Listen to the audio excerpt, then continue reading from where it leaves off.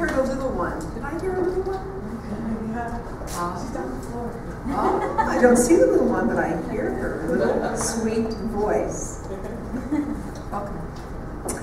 All right, well, we are, this whole month, Reverend Ken and myself are sharing what we have learned from this exciting book, brand new published book called The Path to Wealth, the 7 spiritual steps for financial abundance.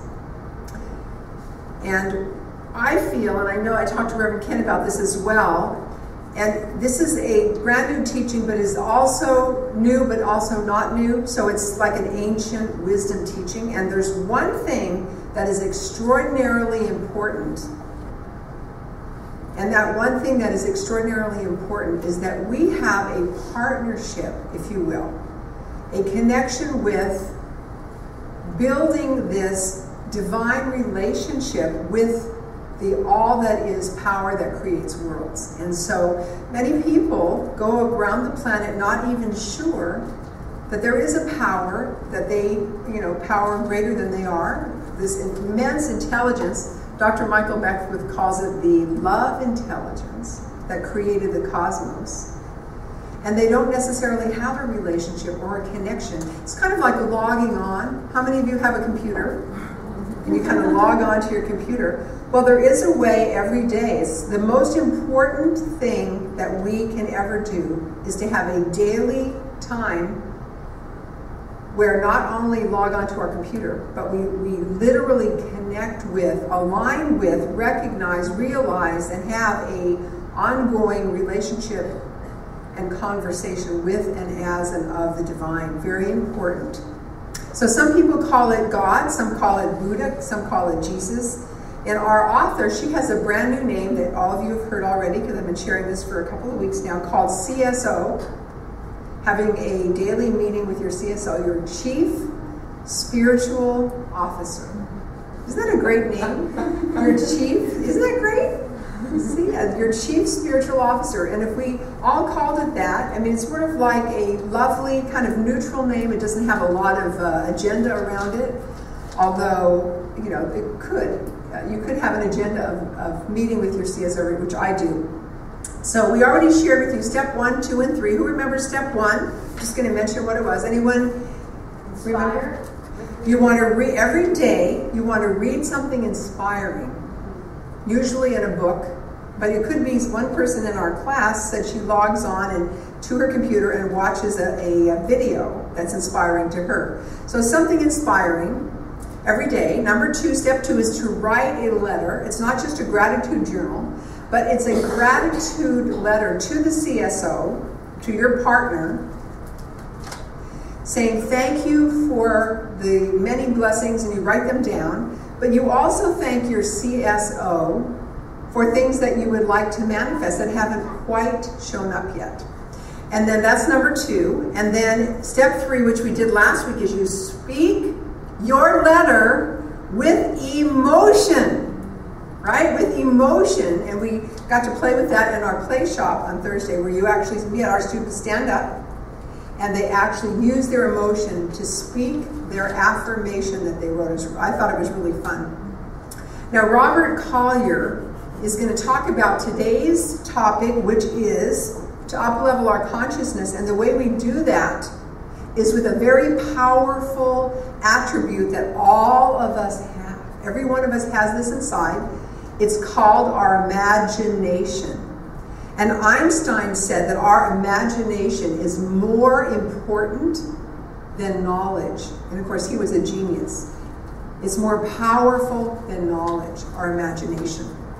So Robert Collier, who wrote a book called The Secret of the Ages, he said, visualize the thing that you want, see it, feel it, taste it, touch it, believe it, and make your mental blueprint, and then begin to build it. So at this point in our journey, as we are reading something inspirational and having a connection with our CSO, as we are writing and being in gratitude and then saying this out loud, this is a really important piece. And I have to share with you, I have to put on my confession collar.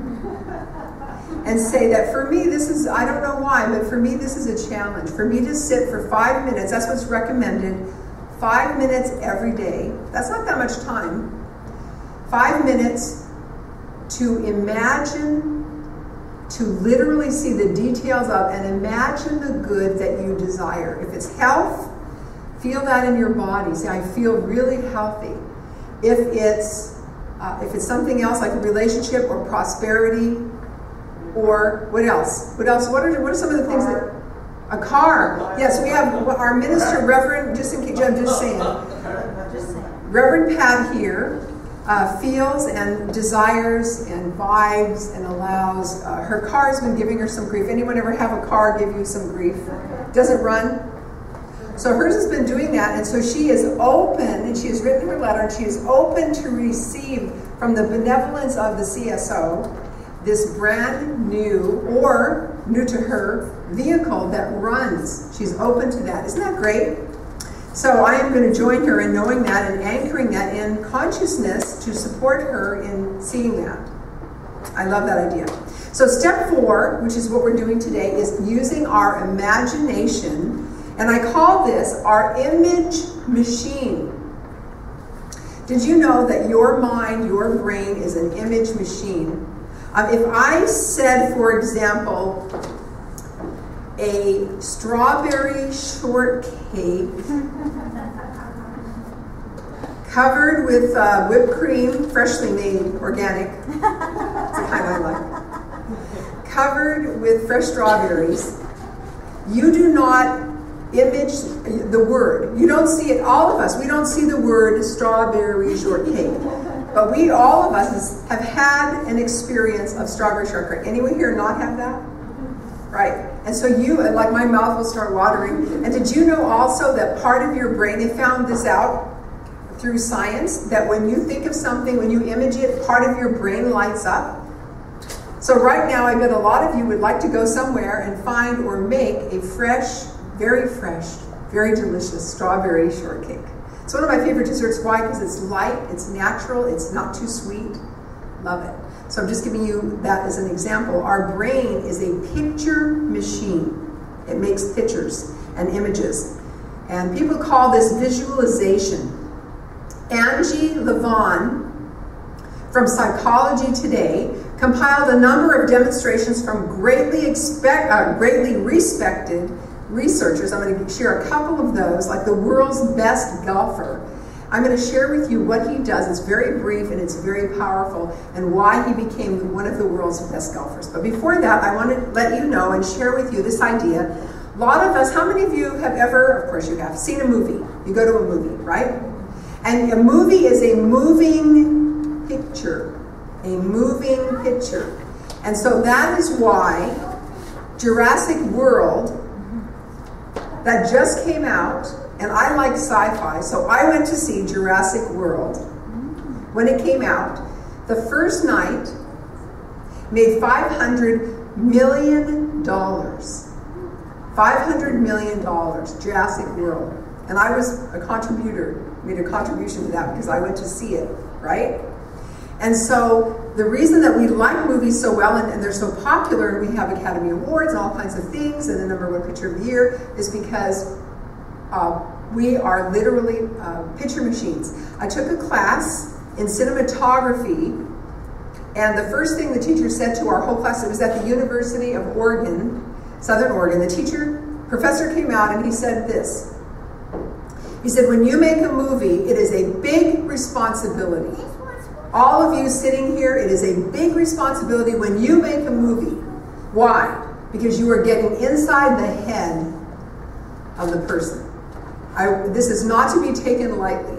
This is a very important thing. So as a cinematographer, which I have now a degree in that, which was kind of fun, I realized the importance of what you see. If you go to a movie and you see something scary, your body doesn't know the difference between the actual picture and what is going on. So we're very powerful in our imaging.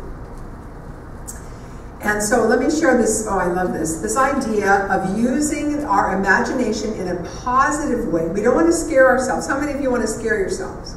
No, it doesn't sound like fun at all. Life is kind of scary enough. So, this is what one of the world's best golfers is, Jack Nicklaus. How many of you have heard of Jack Nicklaus? One of the world's best golfers. So you're a golfer, Reverend Ken. You like Jack Nicklaus? Okay, so this is what he said. I'm going to give you his exact quote. This is what he does. This is what he does exactly.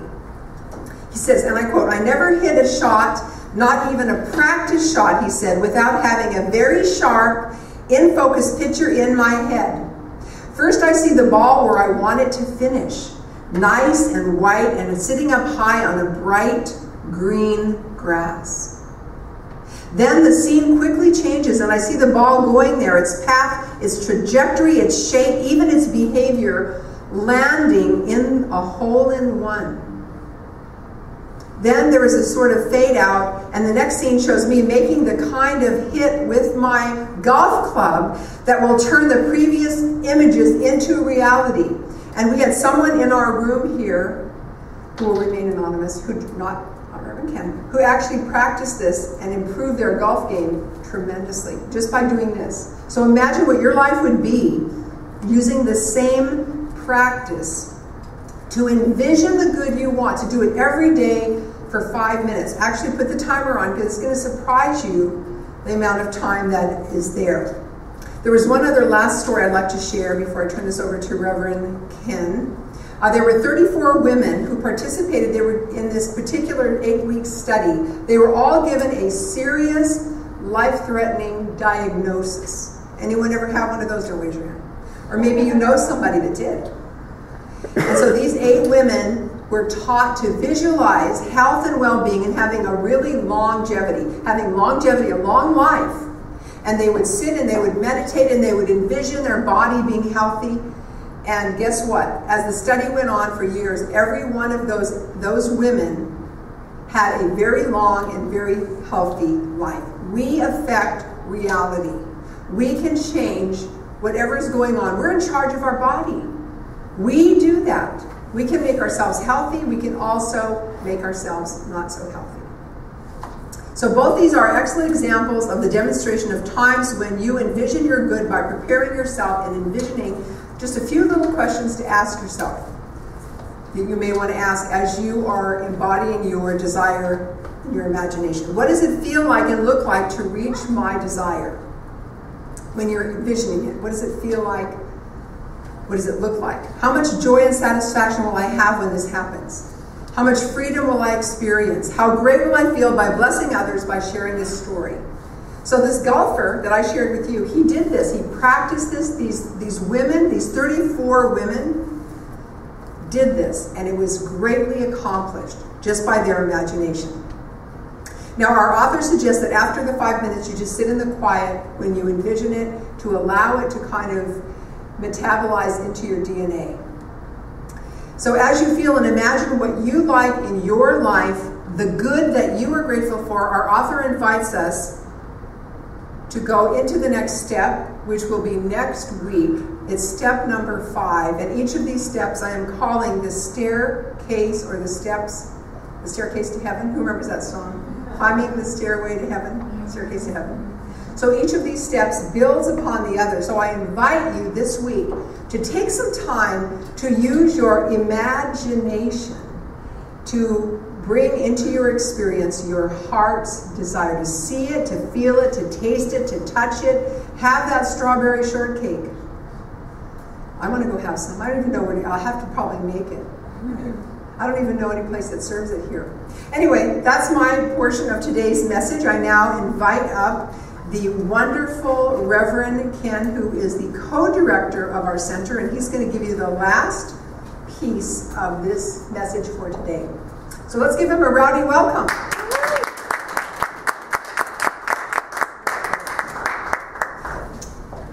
Gee, that was a nice lead-in. I hope nobody was keeping track of my golf score over at MacArthur Island there, but maybe I haven't been doing quite enough visioning before striking that ball. How many golfers do we have here? A few? Okay. And I suppose we can kind of take that example and just apply it to whatever we're doing. Anyway, good morning. and blessings to all of you on our spiritual path. Now, one thing I didn't realize was that CSO, or the Inner Divinity, it has many channels through which we can access our divine power. Some of us perhaps may be more gifted in the writing realm, the reading realm, perhaps the singing realm, perhaps just the sitting and thinking realm. And in fact, it didn't occur to me until about 15 or 20 minutes ago, each of the 4 steps that we've talked about so far have used a different channel. Number 1, first step was reading. Second step was writing. Third step was speaking. Fourth step is thinking. And that's what our author, May McCarthy, that's what she refers to these as steps. And so we're covering a lot of different avenues and channels to access, both to express and to receive. So I like that. So first read, what's that one about? What's the story about that the gal wrote? Live, love, laugh. How'd that go? Eat, pray, love. Well, that was close. I think I got one right. Good. And if we could only remember those beautifully, those would be covering quite a few of the bases. How many of you read the book, saw the show? Yeah, pretty good. So we get this idea about there are parts of our lives. So anyway, first read, then write, then speak, and now think. And Reverend May, or author May, she's not a reverend yet, I don't think, but she says, yes, that's right. Step 4 is the thinking part, where we are to imagine what it is like to have our good we've described. We are to see ourselves in our mind's eye. How many of you have heard that term, in our mind's eye? Yeah. Experiencing the good as ours. And some people call this imaging or visualizing. So let's imagine something that you might consider good. And I'm going to give you a couple, if you can imagine a few others, go ahead. Maybe it's waking up one morning and you're feeling particularly healthy and enthusiastic and imagining all of the good that might be available to you as this day unfolds. What about going on a trip anywhere, near or far? Some people plan cruises, some people plan golf trips, some people plan Greyhound trips and going down to a casino, something like that. It could be by a variety of ways. Maybe it's just as simple, if it's simple, as having a lunch at a favorite place. What details come to mind? In your mind's eye, what details come to mind? Strawberry shortcake. Strawberry shortcake, okay. Maybe McDonald's needs to move into that. Maybe they are missing. What about Timmy's? I don't think I've seen anything. Dave, do you know Timmy's? They don't do strawberry shortcake. I think they're missing out here. What visual images come to your mind when you think of something that's appealing to you? And I'm going to suggest too, what sounds are involved? What tastes are involved? What textures are involved? What smells are involved? And these are all avenues. The sense of smell. What's that tack shop just across the Red Bridge? Where's all the, what's the name of it? Horse barn. The horse barn. How many of you walked into the horse barn? What do you smell? You get in there and there's no horsing around. I mean, you know that you're right there. You smell leather. And you could drop yourself in there at any time and you are taken right there. You know exactly. That sense of smell is so wonderful. So when we are talking about the senses, it's more, way more than just the visual. Here's something from Ernest Holmes. This one really is powerful to me. On page 398 in the textbook, he says this, and I think it's very relevant to our conversation. He says about imagination and the power of feeling. The creative power responds to feeling more quickly than to any other mental attitude. Isn't that surprising? The creative power, we could call that CSO, we could call it divine, the one, the invisible being, whatever you want to call it. But it's there, it surrounds us, and we speak our word into it, and it responds to us. But it also responds to your feeling. How are you feeling about that? Therefore, in step 4, as we're talking about imagining, where we are invited to imagine our good, we are encouraged to include our imagined experience, drawing on all senses, not just the typical way of seeing. Further, Dr. Holmes says we should try to feel the reality. Touchy-feely just came up to me, but I don't think that does it justice. So we're talked about feelings, and we're supposed to sort of feel the reality of where we are. If you like, feel our feelings. He adds, and I think this is of increasing significance as we grow into a deeper relationship with CSO. This reality is felt as we become more and more convinced that Spirit, CSO, responds to us. When we're beginning this journey, we may not really know our relationship, we just don't understand. But when we say, gee, I wish I knew where my keys were, and all of a sudden you bend over and there they are there, you have a few things come up. Gee, I wish I could drain this putt from 30 yards out, and I putt that goes in, and you say, oh, for heaven's sakes, that was lucky. And something gives you a little squat and say, no, it wasn't. This thing actually works. It actually works. Speaking of feelings, imagine dropping after a hard day in the garden, doing whatever you do. Imagine dropping into a wonderful tub of hot water. Isn't that lovely? Yes. Imagine those skiers out there, whoever they are. Imagine coming down on a beautiful sunny day, a carefree day, a big smile on your face. What's your feeling as you move down through the moguls? You hear it, you feel it, you're in tune with the mountain. What's the feeling?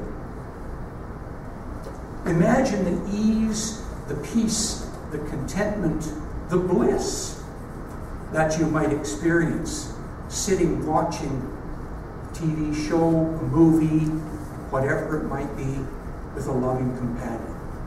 And it's just easy. It's just good. So these are experiences that probably in some way we've had, where we've experienced something that just has a feeling about it. Now what we're talking here is in the suggested 5 minutes of a 30-minute meeting with CSO. 30 minutes, a piece 5 minutes long. And I understand what Reverend Joyette is going. I sometimes fudge a little. At the beginning I was kind of, I'm going to imagine right now. Yeah, here I am imagining. And I kind of had to get myself sort of, because I don't imagine consciously too much. But let's not undervalue that power. What does Ernest Holmes say? Well, he says it's the feeling. And as we imagine, let's go beyond the seeing, beyond the movie picture, and let's kind of relate within. Ooh, I'm getting bumps even right now. And so we're encouraged to try and remember a broader range of sensory experiences, because they will bring more and more power to this step. In the previous step, We were encouraged to speak with emotion, and now I think we could safely move this to extend it into imagining with emotion. Thank you.